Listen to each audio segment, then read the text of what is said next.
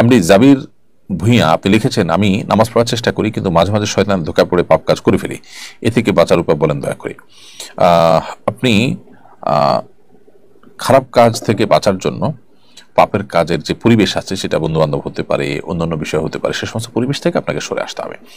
এসব পাপের পরিবেশ থেকে যদি আপনি সরে আসতে পারেন, গুনাহের পরিবেশ থেকে যদি আপনি দূরে সরেন, আশা করা যায় আল্লাহ তাআলা আপনাকে হেফাজত করবেন। অতএব নামাজ পড়ার পরও মাঝে মধ্যে পাপ হয়ে যাওয়াটা একেবারেই অস্বাভাবিক নয়, কিন্তু সেটা নিয়মিত হতে থাকা, তার জন্য কোনো বিহিত না করা, কোনো প্রকার মনোবেদনা না থাকা, এটা হলো দোষণীয়। তো এই জায়গাটাতে আমাদের সংশোধনী আনতে হবে। আমার এক নিকটাত্মীয়কে আমি স্বপ্ন দেখেছি, তিনি আমাকে একটা বিয়ের একটা বিষয়ের স্বপ্নে আদেশ করেছেন। এই আদেশ আমি পালন করতে বাধ্য কিনা।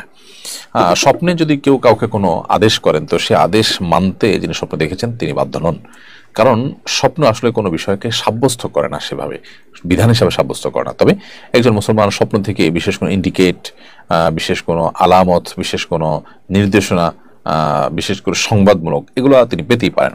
কিন্তু যদি বিধানমূলক বিষয়ে কেউ স্বপ্ন দেখেন যে কেউ কাউকে কোনো বিষয় আদেশ করেছেন, নিষেধ করেছেন, তাহলে তাদের আসলে কোনো আদেশ বা নিষেধের কোনো কিছু সাব্যস্ত হবে না। কোরআন হাদিসে যা নির্দেশিত তা ইমানদার কাছে নির্দেশ পালনীয়, আর কোরআন হাদিসে যা নিষিদ্ধ ইমানদার কাছে তা পরিত্যাজ্য। অতএব ইমানদার এই মূলনীতিটাকে যদি মেনটেন করে চলেন, তাহলেই আশা করছি যে স্বপ্ন থেকে নতুন কোনো নির্দেশনা পাওয়ার যে বিশ্বাস আমাদের সমাজে মানুষের মধ্যে আছে সেটা দূর হয়ে যাবে। আমরা আল্লাহ আদেশ নিষেধকে মেনে চলবে, সেটা কেউ স্বপ্নে আমাকে বলুক বা না বলুক।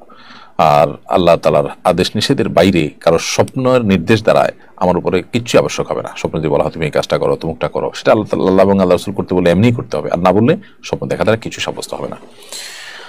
সম্প্রতি একটি খবর ভাইরাল হয়েছে, একজনের সমস্যা এক চোখে কিন্তু ডাক্তার অন্য চোখে অপারেশন করেছেন। এ ধরনের অসতর্কতার কথা প্রায়ই শোনা যায়। এবার ডাক্তারদের প্রতি কোনো নসিহত করবেন কি?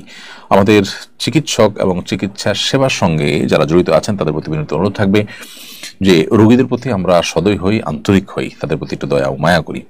আমাদের সে যে পরিমাণ মানুষ, সে পরিমাণ ডাক্তার আনুপাতিক হারে নেই, যার কারণে ডাক্তারদের উপরে প্রেশার হয় আমরা জানি।